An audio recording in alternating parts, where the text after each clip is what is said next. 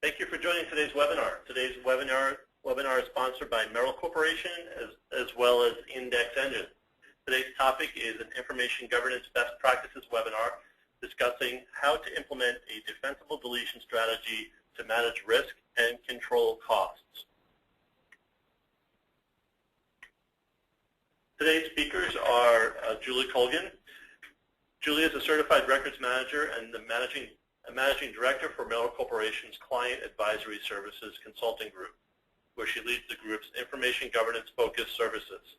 Julie is also the incoming president-elect of ARMA International, the premier professional association for the information governance profession, and chairs its generally accepted record-keeping principles steering task force. She has been in the information management industry for over 13 years and is a frequent speaker and author on a variety of information governance topics. Julie will be joined by myself, Jim McGann. I'm Vice President of Marketing here at Index Engines.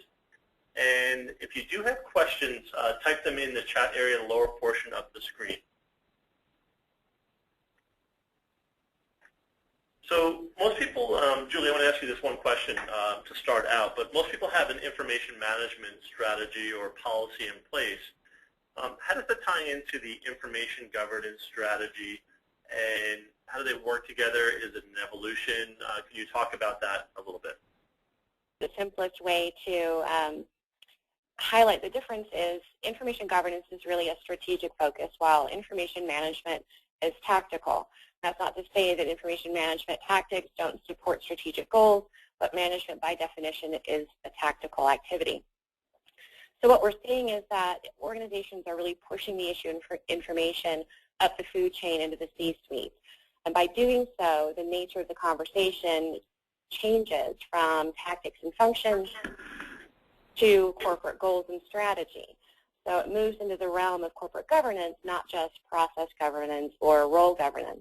The reality is that our information marketplace environments are the ones that are forcing this shift. Okay, so a lot of organizations that have been working on information management policies are really now starting to look a little bit more strategic at their content, their data, and their initiatives. So, so now, so why is it such a hot topic these days? I mean, what's really kind of prompting this to happen? Isn't information management policy enough? It's really not. It's really moving up to the level of creating a strategy that brings all of your information management activities together. So it includes records management, IT, legal, risk, compliance.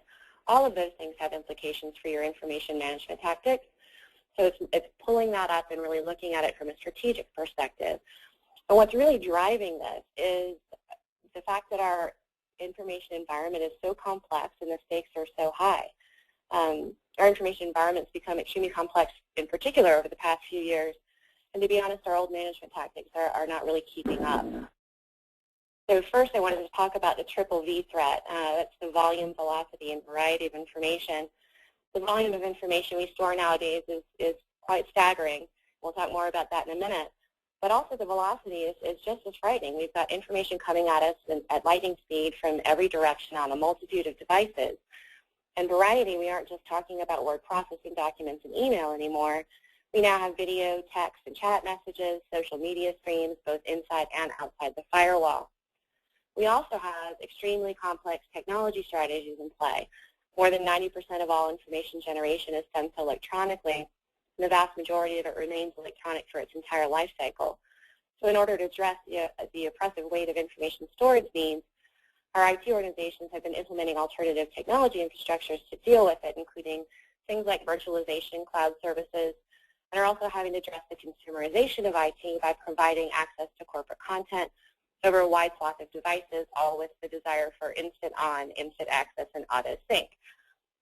And of course, while workforce distribution isn't necessarily a new concept, it's certainly enabled by the technology environment we live in and is exacerbating the issue of information environment complexity. As we allow more and more employees to work from home, for example, as it's easier to spin up operations in far-flung locations with little brick-and-mortar expense and investment. So all of that adds to our load of jurisdictional obligations, regulating how much of the information organizations create is managed, retained, and how and when it's disposed of. So that, of course, leads us into the higher stakes portion. The regulatory environment continues to grow in terms of number and complexity, and I don't see that trend slowing down. As we talked about above with the workforce distribution, it's easier to expand operations to new jurisdictions than ever before, including outsourcing, use of cloud-based services. And those jurisdictions, if outside of the U.S., often have additional and or competing information governance and information management requirements. We also have an increasingly sophisticated judiciary and opposing counsel who, over the course of the last 6 years since the original amendments to the Federal Rules of Civil Procedure spelled out guidelines for the discovery of electronic information, are putting significant pressure on organizations in U.S. civil litigation in terms of both hard dollar costs to defend and very real exposure to fines and sanctions for inappropriate or even merely insufficient information management tactics. And finally, we have a highly competitive marketplace. Since the bottom fell out of the market in 2008, every organization has found itself with the opportunity to do even more with even less in order to maintain some form of competitive advantage and secure a spot in the marketplace when the financial markets stabilize. Because we live in an information-based economy, information is the backbone of our operations. It's critical that information is not only managed to avoid risk and cost, but also to be leveraged for innovation and competitive advantage. So to bring all that back to where we started, why IG and why now? Simply put, splintered strategy equals splintered decision-making. If our organizations are attempting to address their information universe through a series of siloed, splintered management tactics, it, in the end, can't make enterprise-wide, agile, nimble, and well-informed decisions. Yeah, so the playing field is getting much more complex. The volume of data is increasing. You know, being a records manager these days is a daunting task. So, you know, how does an organization go about developing a information governance framework? Yeah, sure, absolutely. In order to truly govern information, an organization needs to leverage a strategic framework to guide its activities. So the point of this framework is to create an objective decision model from which the organization can tie their corporate strategy to their information strategy.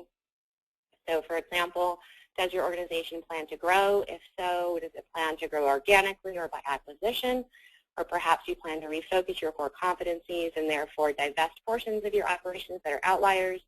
So all of those types of corporate level strategies will have significant effect on how you manage your information and how you deliver it to those who are running the business. The framework will also help you assess your current information landscape and identify how mature your information management programs need to be. Perfection, particularly across the board, is almost never, well, okay, probably never justified. It's just too expensive. And there are other things that our companies need to be spending money on besides managing its information. So the framework will help you objectively balance those drivers and constraints that are at play, such as corporate obligations, compliance, legal, et cetera, corporate goals, where are we headed, the available budget, your corporate culture, how does our workforce work best, and of course risk tolerance, which is unique to every organization. There's a variety of frameworks that can be used for this effort in the white paper that we have associated with this. I think we'll talk about that later. We discussed using ARM International's generally accepted record-keeping principles and its associated maturity models at frameworks, so I won't go into that here. But the point is you need to pick or develop a framework and let it help guide you. Again, going at it from point solution to point solution or one particular issue to one particular issue, you're never going to get up high enough to see all of the problems together and balance them. So then once you have your strategy developed with regard to what you want information to do for you and what you're obligated to do with your information, you can put your information governance program together. The program is actually an oversight function. It coordinates and facilitates collaboration among the information management components at play in an organization, such as records management, IT, legal compliance, risk management. It's accountable and transparent at the corporate level. Again, it's up to the C-suite. It's no longer just a function to itself. It also functions to translate that strategy that was developed early on into specific management tactics and establishes those roles, processes, and programs that are necessary to carry out the directives. So the IG program may run through a cross-functional steering committee, which is honestly what I'm seeing as the most common construct to date. However, I do see some movement in the landscape indicating that this may become a new official an individual role within organizations. So let me ask you a question. So if an organization has a records management or information management policy in place, so they've had it existing for a number of years, can that evolve into an information governance framework, or is this something they need to start from scratch? That's certainly part of it. Records and information management, you can't do information governance without getting that right first. So for those organizations who have a solid records management program, that's absolutely a great starting place. But information governance really takes into account other things besides just records management. It includes your IT strategy for making sure that your information is secure, protected, that your information has integrity, that you're constructing your systems in a way that presents information to your users in the way they need it. So it's the issue of availability. So there are a lot of different things that come into play that are beyond the traditional scope of records management. But again, you know, if you have that going for you now, that's certainly a great place to start building. Okay, that makes sense. We want to do a quick audience poll here. So we will launch a survey here. Okay, the question here is, does your organization have or is it currently developing a information governance program? So if people can take a time to vote here, voting's in progress. We'll give you a few minutes. So interesting results here. Okay, give you a few more seconds to vote. Okay, now we're going to close it out. There are the results out. Okay, so you can see here that about 59% said yes, they do have a information governance program in place. 32% no, and about 9% don't know. So, you know, a lot of people have embraced information governance and are actively working on it. Others are hopefully about to get going or thinking about getting going. Or not sure they're getting going. So, thanks for your there. Okay. So, I think, Julie, so we hear of, explosive growth in data. I mean, the challenge of information governance is the massive volume of data that exists out there. So typically in corporate environments, how do organizations get their hand around data, and how do they not lose control of what exists there? Well, I think, if we want to start, I don't know if the slides are moving forward. I still see the poll. There we go. I think first we want to talk about, why do we delete things? So from a corporate perspective, assuming we delete anything at all, of course, which I think there's probably some folks on the call who are nodding their heads, we delete for the purposes of controlling costs and mitigating risk. Outside of those drivers, there are a few overly compelling reasons to dispose of content. But however, as we talked about at the beginning of our time together, storage costs alone may be enough of a driver. The volume of information sitting on our servers and even in our filing cabinets and in off-site storage is overwhelming and only getting worse.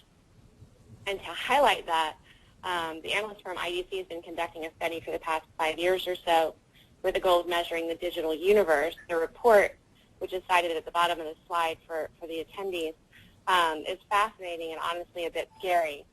For example, last year alone, the world created 1.8 zettabytes of digital information, and I wasn't quite sure exactly how much a zettabyte was, so I looked it up and did some math, and I determined that 1.8 zettabytes is approximately the same thing as 9 16-gig iPhones for each of the 7 billion people on Earth, which is shocking. IDC goes on to say in that same report that while 75% of all digital information is generated by individuals, as contrasted with machines, for example, corporations have a responsibility and liability for approximately 80% of that content at some point in its life. So if you're looking at information from the cost and risk perspective, those are compelling statistics to adopt some kind of strategy to dispose of that content that's truly not useful to the organization. Yeah, I mean, the volume of data is just overwhelming, and it's continuing to grow at just exponential rates. So it's one of those things that every quarter you don't do anything, it's just going to be a bigger challenge. So we're talking about defensible deletion here. So how does defensible deletion fit into an information governance framework? Yeah, absolutely. The interesting thing about the concept of defensible deletion or defensible disposition, that's the word we records managers use, so in case you're sitting on the call, is that it really flips the focus from where we usually look. So defensible deletion is where an organization makes value-based decisions on content to segregate the useful from the useless. Now, granted, traditional records and information management principles still apply. That value decision is based on your legal, regulatory, financial, operational, and historical requirements. But the approach and scope is a bit different than traditional RIM. So here we're looking for what we can get rid of, not from the perspective of what we need to keep. Plus, we aren't just looking at official records, we're looking at all corporate content. In a typical U.S.-based company, only 7 to 10% of its total content stores represent official records. So that leaves about 90% of the stuff that's sitting on your servers and in boxes and warehouses that's potentially irrelevant stuff that can be disposed of, or at the very least, better leverage to generate competitive advantage. Yeah, so I mean those are big numbers of data. 90% of data that's really not being analyzed to determine keep or no keep decisions. So we hear different statistics out there. Upwards of 40%, 50%, 60% of content that corporations are storing on their networks is stuff that can be purged, has no business value, has no legal holds against it. It's just really figuring out, separating the good from the bad is really the big challenge. So I guess that's really what you're talking about when you talk about defensible deletion.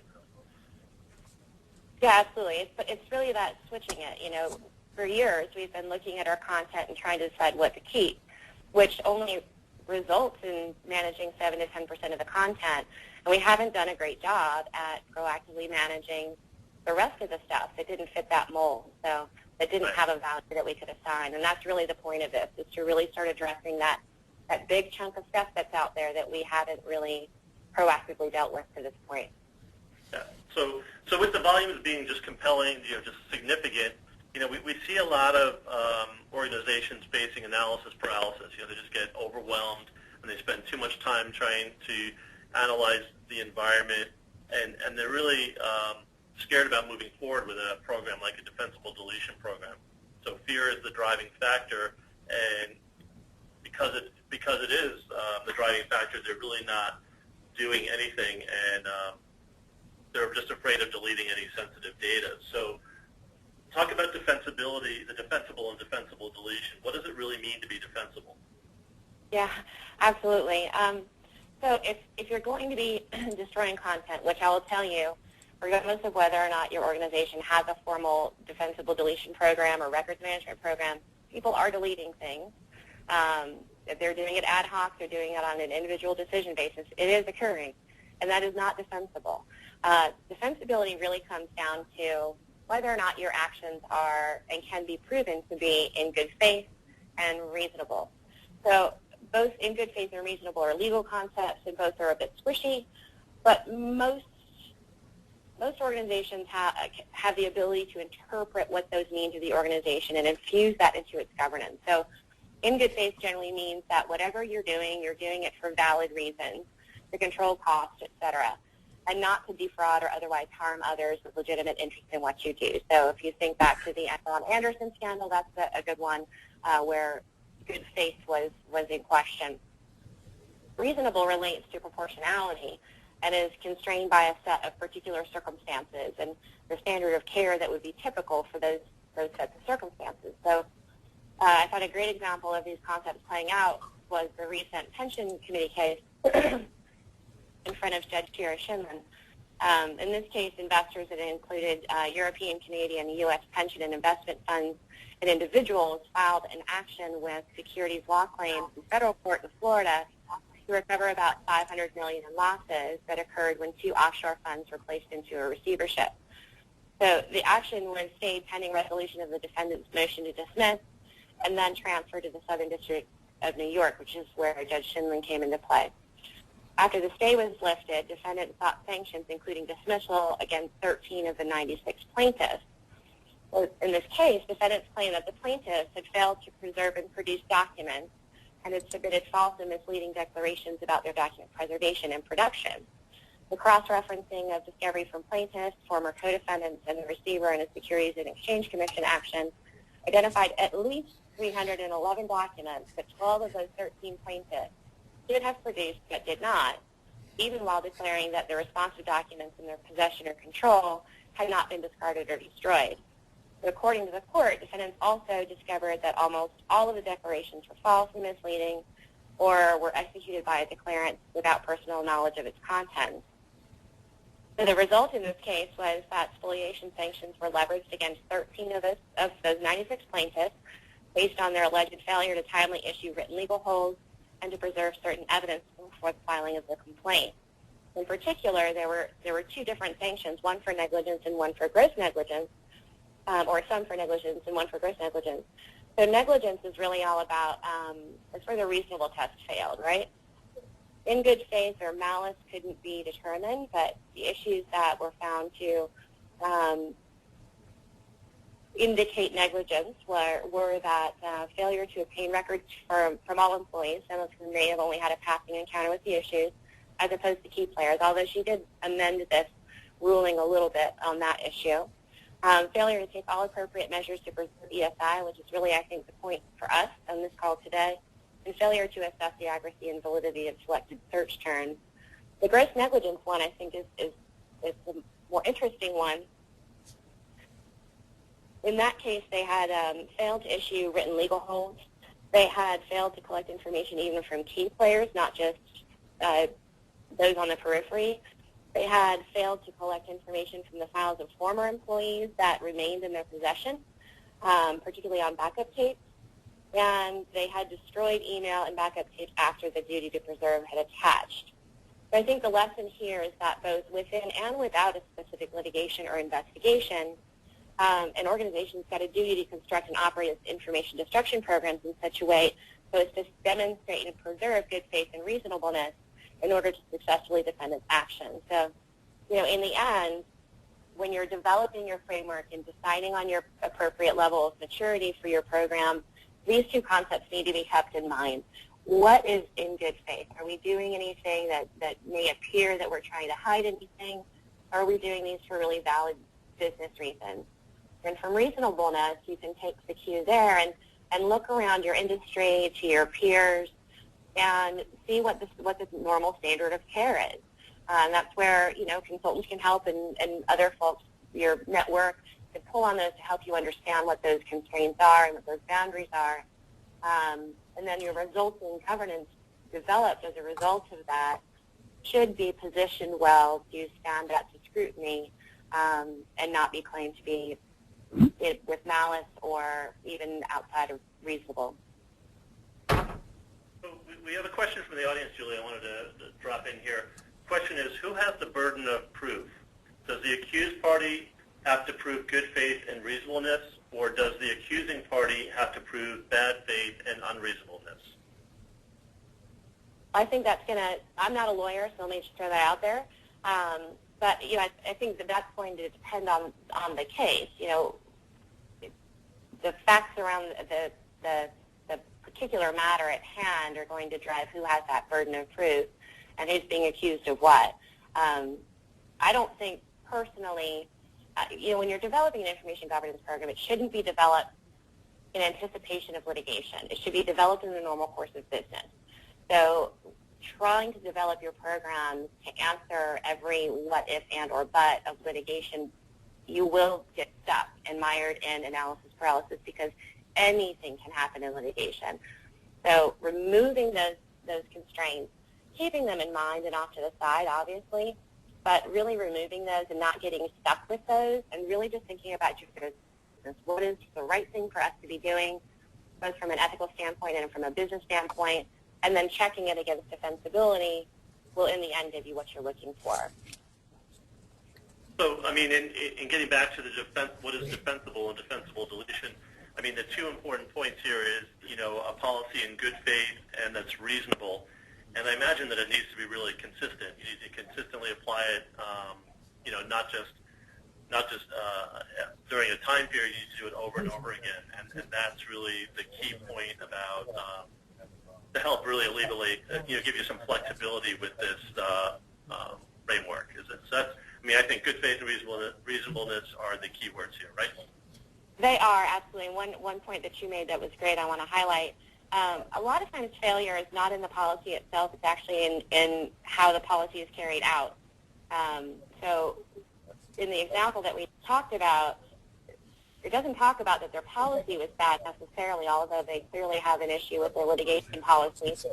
But it was really in how they carried out their actions. So they didn't suspend whatever deletion programs they had in place for emails and backup tapes. And that's really where we find the failure. So just writing a good policy is not enough. It has to be a policy that's actionable, that's practical, that's doable, and that you're willing to enforce.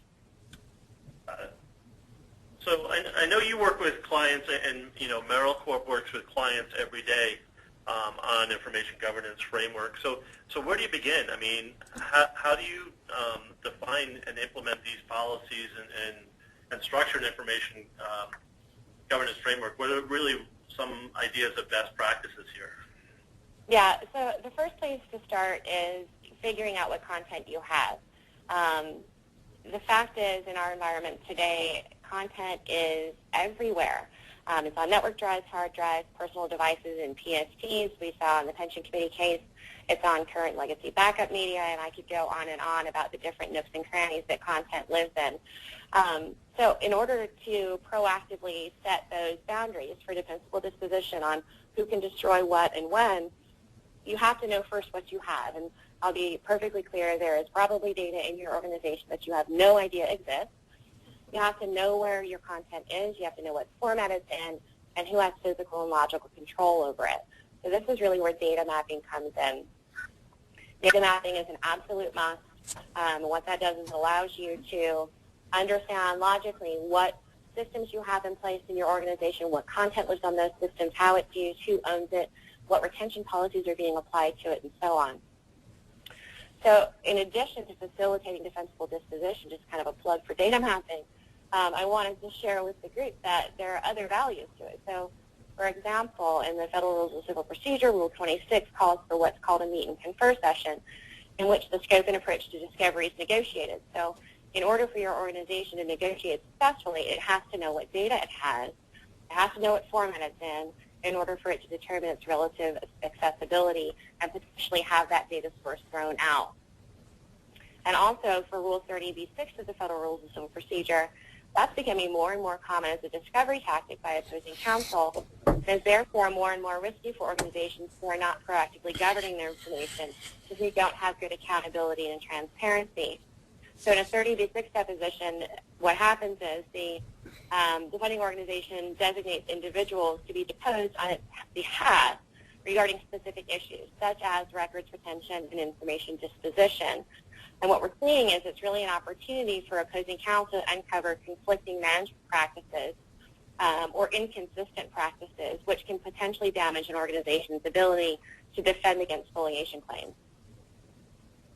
So, I mean, you mentioned data mapping, and I know data mapping is really a key component to help, especially control costs. I mean, if you think about eDiscovery and the cost of eDiscovery could be really astronomical. With a data map, it kind of gives you the clue and the pointers to where your identification and collection can be streamlined, and that's really where some of the key costs. I mean, are you seeing data mapping have a huge impact on eDiscovery? I am. I saw it actually start in the eDiscovery space because it was a response to that meet and confer, right? But it's really bleeding out into overall information governance. The usefulness of that tool goes well beyond any type of regulatory investigation or litigation, and using that insight to make these defensible disposition decisions, you need to know what content you have in order to make a value-based decision as to whether or not it's useful to you or it's not. So, for me, I think data mapping is one of those tools that may be fairly new to us, but it'll be around forever. Okay. So let's go into another quick poll. And here we want to talk. Okay, so the poll's open. So have you been disposed under Rule 30b-6? And you can see that's out there. If you want to take a vote there, people are starting to vote. Give you a few minutes.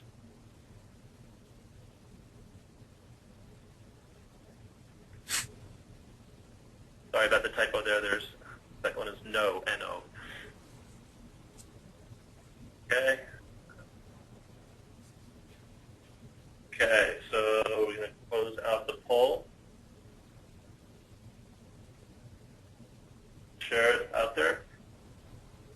So you should see the results. So interesting, about 10% said yes, 62% said no, N-O, and 29% not yet. I love that. You know, that was really the interesting metric for me. And I think that the point when I was putting that slide together, you know, I'll just say it again. It's going to happen. It's available as a tool for counsel, and as they become more and more sophisticated, they're going to learn how to use it. And particularly for those who work within a management function for information management, and those going higher up the chain to become responsible and accountable within the corporation for information governance, that is going to be your hot seat. They are going to ask you very detailed, tough questions about your retention schedule, how it was developed, how it's maintained, how it's enforced, how it's audited. Same thing with how you're protecting your systems, protecting confidential information. All of those things are fair game. So I appreciate the 29% here who raised their hand and said not yet. That's encouraging.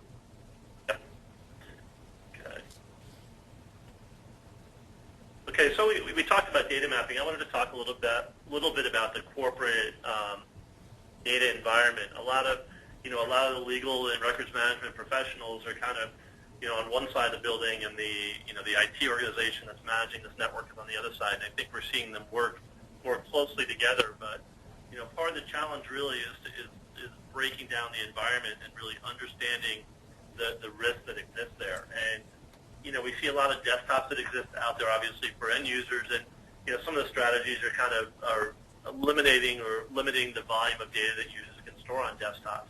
Desktops that are deployed today can have a terabyte hard drive. I mean, that's just a ridiculous amount of information that can be kind of clustered away on that that person's desk. There's network servers, obviously, email servers. But backup media also, every day your IT organization is backing up and replicating copies and copies of your email servers and your sensitive data and your manufacturing and production data.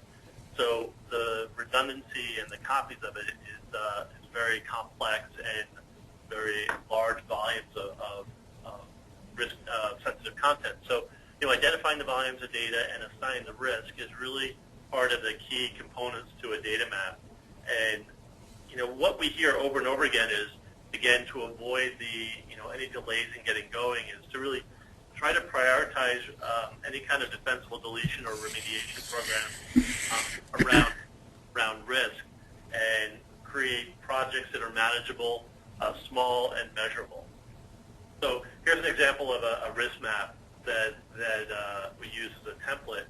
Where you're profiling the data in order to remediate or delete that content. So if you think about what exists out there in the in the world, if you look at the desktops, the volume of data in desktops is relatively low in the scheme of things, and the risk and liability is medium. So users could archive PSTs and email on their email being a very sensitive form of content. But most of the key manufacturing documents and things like that are stored in production servers. Network servers, volume is very high. Typically, it's just working documents and so on, so it's typically low risk. Email servers, the volume in the scheme of things is low in terms of the capacity, but the risk is very high. That's one of your more sensitive areas. And backup tapes, since it's really a copy of everything, all your email, all your files, all the content, and it's going back in time, it's really snapshots of the data. The volume is high and the risk is high. So, and I know backup tapes are one of the areas that some organizations don't really have policies to address, but more and more so, companies are really taking that into account. So I think the real goal here in terms of data mapping and determining the framework for information governance or defensible deletion program is really prioritize your projects based on your disposition goals, the cost versus risk, and the feasibility, and is it feasible in a reasonable time frame? So, a lot of people looking at, for example, legacy backup tapes, being that they're high risk. Companies are spending money to store those. So, a lot of the cost, you're already spending money to keep those as archives. You should really focus on managing that cost. So really, document your decisions and measure results. The important point is look at the data map, look at the risk map, and make decisions about it, and then measure those results. So, a quick methodology, and again, more detail on this methodology is in the white paper, which I'll offer you at the end of the session, is really, first, index the data. Indexing is going to give you the ability to identify and profile the content. That's really about data mapping and helping to understand what exists. Analyze the data map, determine, classify the content, figure out what exists, fine-tune your policy and update them. Policies obviously need to be refreshed on a continual basis. If you don't have a policy or a policy to keep everything, keeping everything is a lack of a policy, and you need to really look at that and rethink that strategy, because keeping everything creates a long-term liability. Make sure that you have defensibility in mind. Establish process metrics and auditing standards. It's very important to have these in place in order to ensure defensibility and give you the confidence that as you proceed to purge data or delete it, you'll have confidence knowing that it's a defensible, repeatable process. And then go ahead and delete. So, this is a significant portion of content that can be purged. Go ahead and do that. And there's a lot of different strategies there on how that can be done. And then archive and collect what you need for long-term retention. Having a legal hold and preservation archive is key with the right functionality to be able to manage this data according to your long-term retention periods. And don't save everything forever. We see customers putting data into the archive without the proper retention, meaning that it just stockpiles there and it's yet another copy of that content. Okay, so we're going to, final poll question here. I want to ask the audience is, do you have a strategy? It goes. Do you have a strategy for the management and disposition of legacy backup tapes? Answer yes, no, don't know. So voting is happening here. Okay, kind of a split.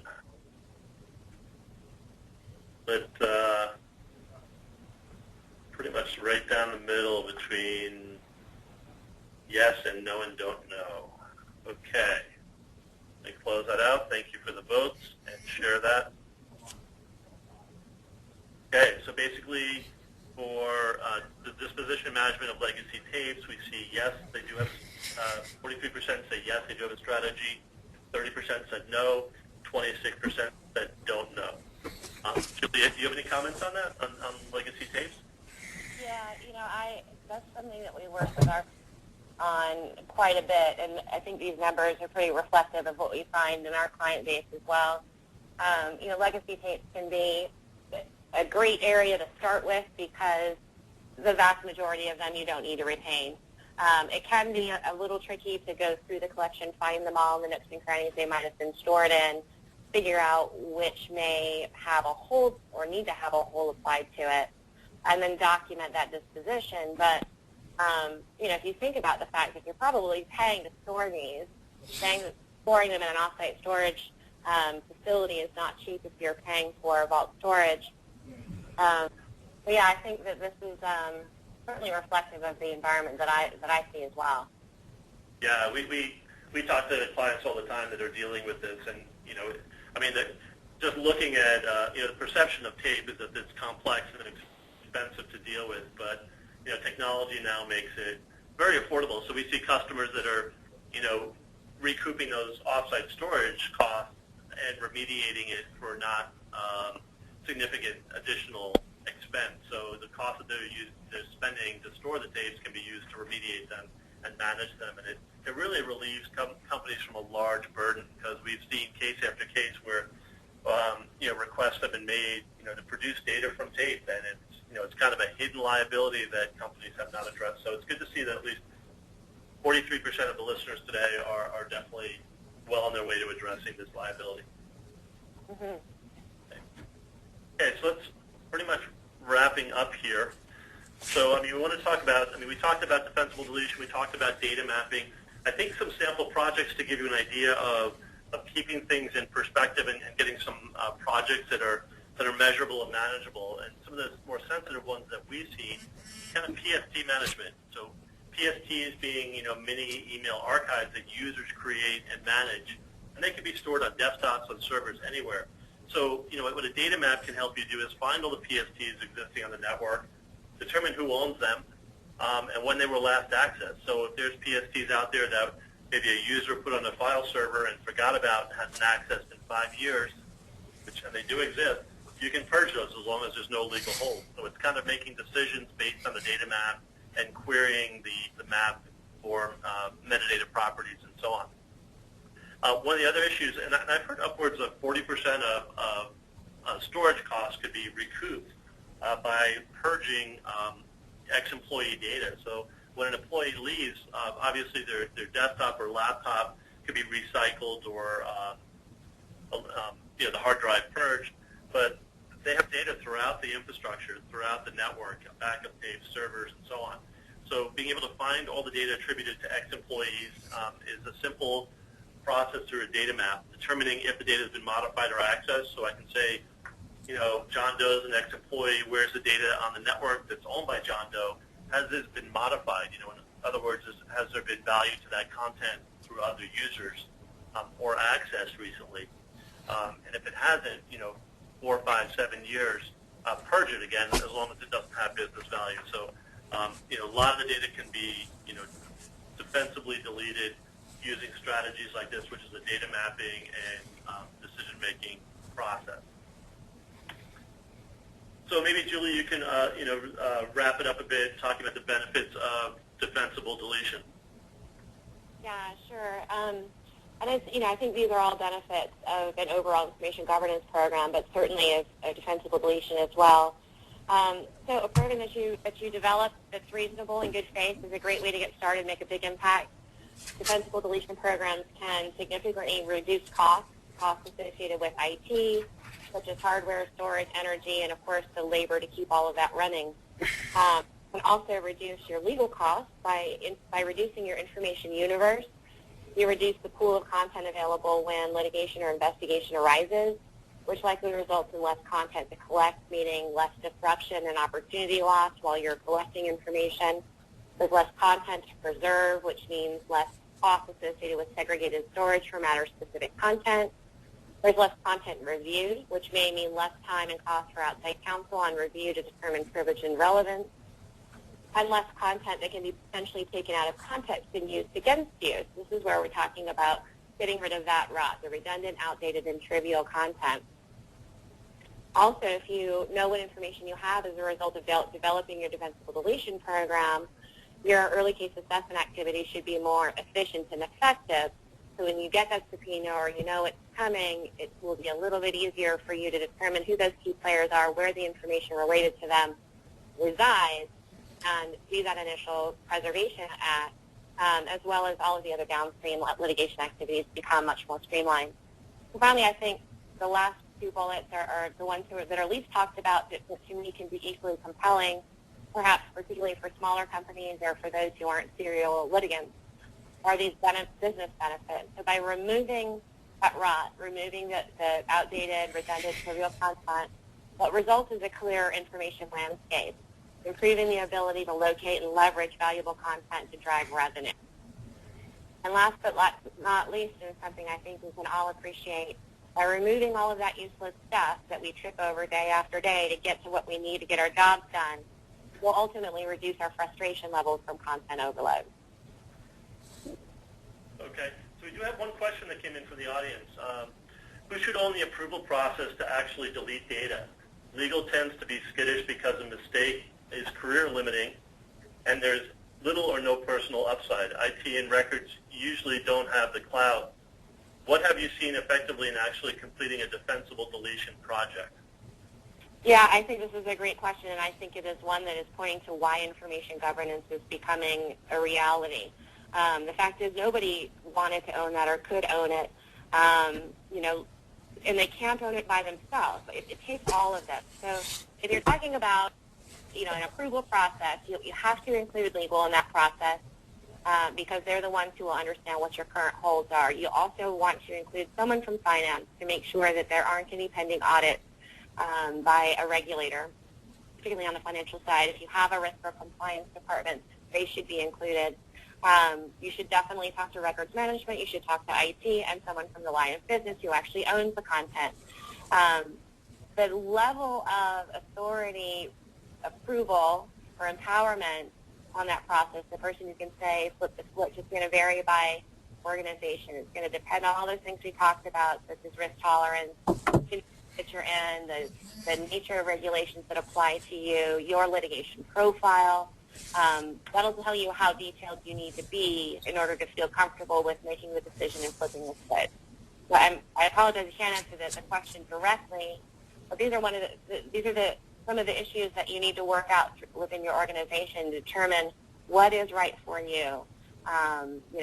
Seeking outside help to help you make those decisions can sometimes help, although I have clients who have come to their own conclusions in a very satisfactory way. We also have another question. So where do you see in an organization does information governance sit? Is it IT, legal, or somewhere else? Who owns it, basically? I think we're seeing it grow out of different areas. It hasn't found a home yet. We had talked about earlier that there seem to be information governance steering committees, which is the typical construct. So no one's a real owner of that, and who leads it is different in each organization. So if you have a particularly strong in-house counsel, they may lead that. If you have a particularly strong CIO, it may come out of the IT organization, and also perhaps within records management. So right now, we don't see real corporate ownership of it. It's kind of a collective activity, and that's one of the issues I think that we have yet to solve. Really creating that accountable organization and creating transparency within your organization in terms of corporate transparency is where we're still headed. So we'll see. Yeah, so we're also seeing some emerging new titles and positions out there, responsibilities like chief risk officers taking ownership here. So that's I think it's to be determined, as we say. Yeah. So we're going to wrap this up. I think if you do have additional questions, you can send them in. The email address is there, info@Index Engines, and we'll get them to Julie and get back to you. We do have a complimentary white paper, which is kind of a companion piece to this webinar that talks about defensible deletion strategies. If you send a request into that email address as well, we will get that paper out to you. And the recording should be available on the site shortly. If you want a copy of the link, we'll get that to you as well. So we appreciate your time today. I hope this was informative, and we look forward to talking to you again in the future. Thank you all. Thanks, everybody.